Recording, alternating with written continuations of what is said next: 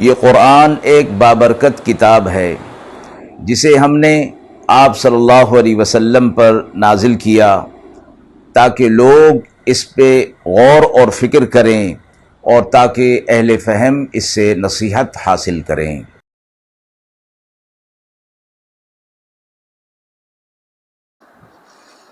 بسم اللہ الرحمن الرحیم۔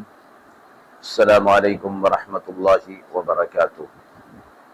ناظرین کرام، درس قرآن مجید کے آج کے اس پروگرام میں ہم سورۃ الحدید کی آیت نمبر 16 تا آیت نمبر 19 کے حوالے سے موصول ہونے والے سوالات کی روشنی میں تفصیل پیش کریں گے۔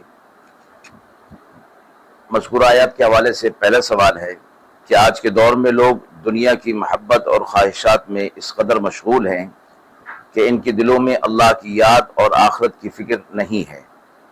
ہم اپنے دل کو اللہ کی یاد سے نرم اور آخرت کی تیاری کے لیے کیسے تیار کر سکتے ہیں؟ آیت کے حوالے سے دوسرا سوال ہے کہ آج کے دور میں لوگ اپنی دولت اور وسائل کو فضول خرچ کرنے یا ذاتی خواہشات پر خرچ کرنے میں زیادہ دلچسپی لے رہے ہیں، لیکن اللہ کی یاد میں خرچ کرنے سے گریز کرتے ہیں۔ اللہ کی راہ میں خرچ کرنے کی اہمیت اور برکت کو ہم کیسے سمجھ سکتے ہیں؟ اعوذ باللہ من الشیطان الرجیم، بسم اللہ الرحمن الرحیم۔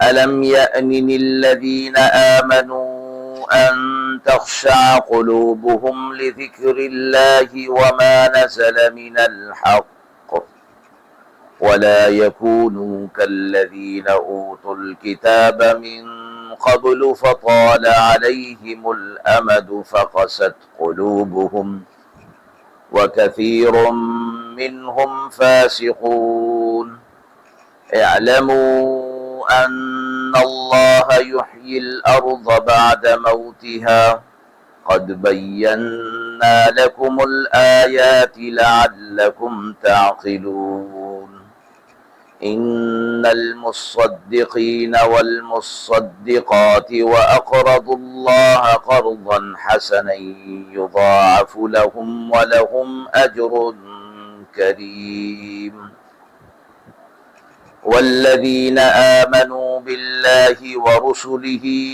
أولئك هم الصديقون والشهداء عند ربهم لهم أجرهم ونورهم والذين كفروا وكذبوا بآياتنا أولئك أصحاب الجحيم۔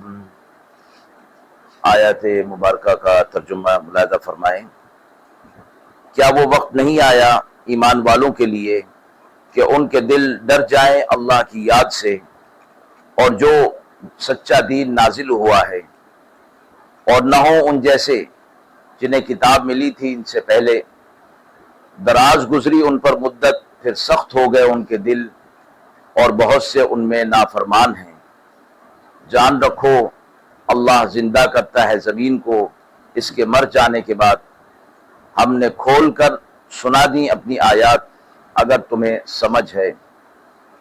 بے شک جو لوگ خیرات کرنے والے مرد ہیں اور عورتیں ہیں اور قرض دیتے ہیں اللہ کو اچھی طرح، ان کو ملتا ہے دگنا اجر اور ثواب عزت کا۔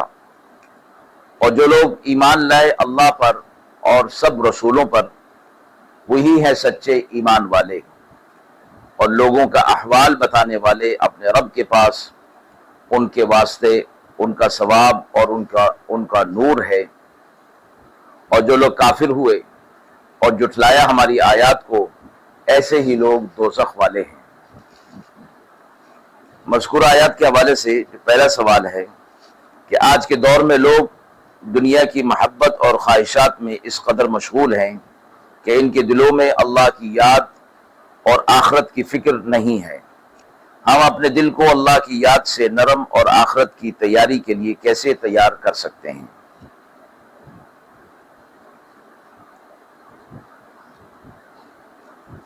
سورۃ الحدید کی آیت نمبر 16 میں فرمایا گیا ہے، کیا ایمان والوں کے لیے وہ وقت ابھی تک نہیں آیا کہ ان کے دل اللہ کی یاد کے لیے نرم ہو جائیں اور اس حق کے لیے جو نازل ہوا ہے، اور ان کی طرح نہ ہو جائیں جنہیں ان سے پہلے کتاب دی گئی اور پھر ان پر ایک طویل مدت گزر گئی تو ان کے دل سخت ہو گئے اور ان میں بہت سے فاسق ہو گئے۔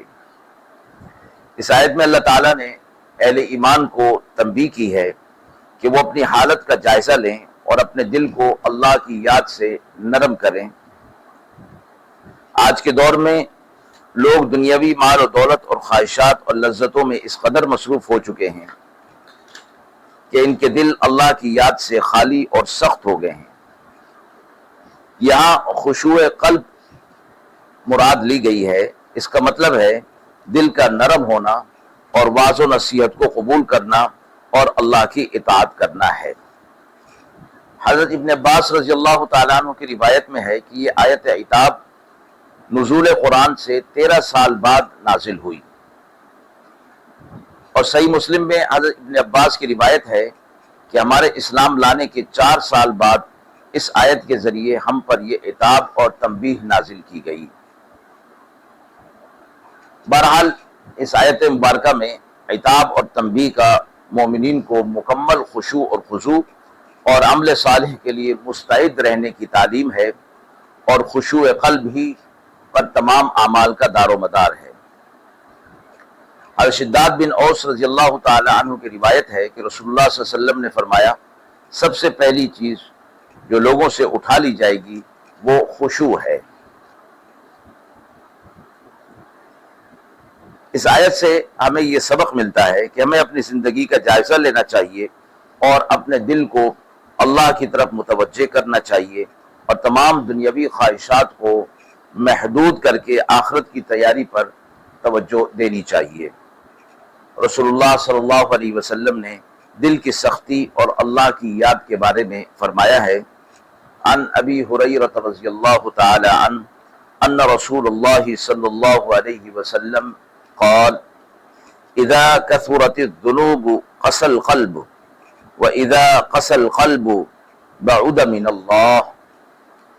حضرت ابو ہریرہ رضی اللہ تعالی عنہ سے روایت ہے کہ رسول اللہ صلی اللہ علیہ وسلم نے فرمایا، جب گناہ زیادہ ہو جاتے ہیں تو دل سخت ہو جاتا ہے، اور جب دل سخت ہو جاتا ہے تو وہ اللہ سے دور ہو جاتا ہے۔ یہ حدیث مبارکہ ہمیں یہ یاد دلاتی ہے کہ دل کی سختی کا سبب گناہ اور اللہ کی یاد سے غفلت ہے۔ آج کے دور میں ہمیں اللہ کی یاد، قرآن کی تلاوت اور ذکر و اذکار کے ذریعے اپنے دل کو نرم کرنا چاہیے تاکہ ہم آخرت کی کامیابی کے مستحق بن سکیں۔ مذکور آیات کے حوالے سے دوسرا سوال ہے کہ آج کے دور میں لوگ اپنی دولت اور وسائل کو فضول خرچ کرنے یا ذاتی خواہشات پر خرچ کرنے میں زیادہ دلچسپی رکھتے ہیں، لیکن اللہ کی یاد میں خرچ کرنے سے گریز کرتے ہیں۔ اللہ کی راہ میں خرچ کرنے کی اہمیت اور برکت کو ہم کیسے سمجھ سکتے ہیں؟ سورۃ الحدید کی آیت نمبر 18 میں فرمایا گیا ہے کہ بے شک صدقہ دینے والے مرد اور عورتیں اور جنہوں نے اللہ کو قرض حسنہ دیا ہے، ان کے لیے اس صدقہ کو کئی گنا بڑھا دیا جائے گا اور ان کے لیے عزت والا اجر ہے۔ اس آیت مبارکہ میں اللہ تعالیٰ نے صدقہ دینے والے مردوں اور صدقہ دینے والی عورتوں کی تعریف کی ہے اور انہیں عظیم اجر کی بشارت دی ہے۔ آج کے دور میں لوگ دولت کو فضول خرچی میں ضائع کر دیتے ہیں، لیکن اللہ کی راہ میں خرچ کرنے سے ہچکچاتے ہیں۔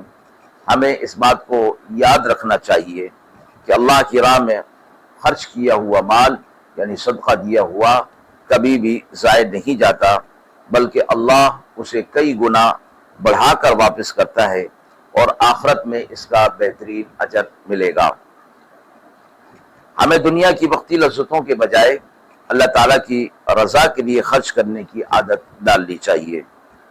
رسول اللہ صلی اللہ علیہ وسلم نے صدقہ کرنے کی برکت کے بارے میں فرمایا ہے، عن ابی ہریرہ رضی اللہ تعالی عنہ ان رسول اللہ صلی اللہ علیہ وسلم قال ما نقصت صدقة من مال وما زاد الله عبدا بعفو الا عزا۔ حضرت ابو ہریرہ رضی اللہ تعالی عنہ سے روایت ہے کہ رسول اللہ صلی اللہ علیہ وسلم نے فرمایا صدقہ کرنے سے مال کم نہیں ہوتا اور اللہ تعالیٰ اپنے بندے کو معاف کرنے کی وجہ سے عزت ہی عطا فرماتا ہے۔ اس حدیث مبارکہ سے ہمیں یہ سبق ملتا ہے کہ صدقہ دینا مال کو کم نہیں کرتا بلکہ اس میں برکت اور اضافہ ہوتا ہے۔ آج کے دور میں ہمیں اپنی دولت اور وسائل کو اللہ کی راہ میں خرچ کرنے کی کوشش کرنی چاہیے تاکہ اللہ کی رضا اور عزت دونوں حاصل ہو سکیں۔ ناظرین کرام، ہم امید کرتے ہیں کہ مذکورہ سوالات کی روشنی میں جو تفصیل پیش کی گئی وہ آپ کے لیے قابل اطمینان ہوگی۔ اس حوالے سے آپ کے بھی کوئی سوالات ہوں تو ضرور کمنٹ باکس میں دیجیے گا، انشاءاللہ ان کے جوابات دینے کی پوری کوشش کی جائے گی۔ وآخر دعوانا ان الحمد للہ رب العالمین۔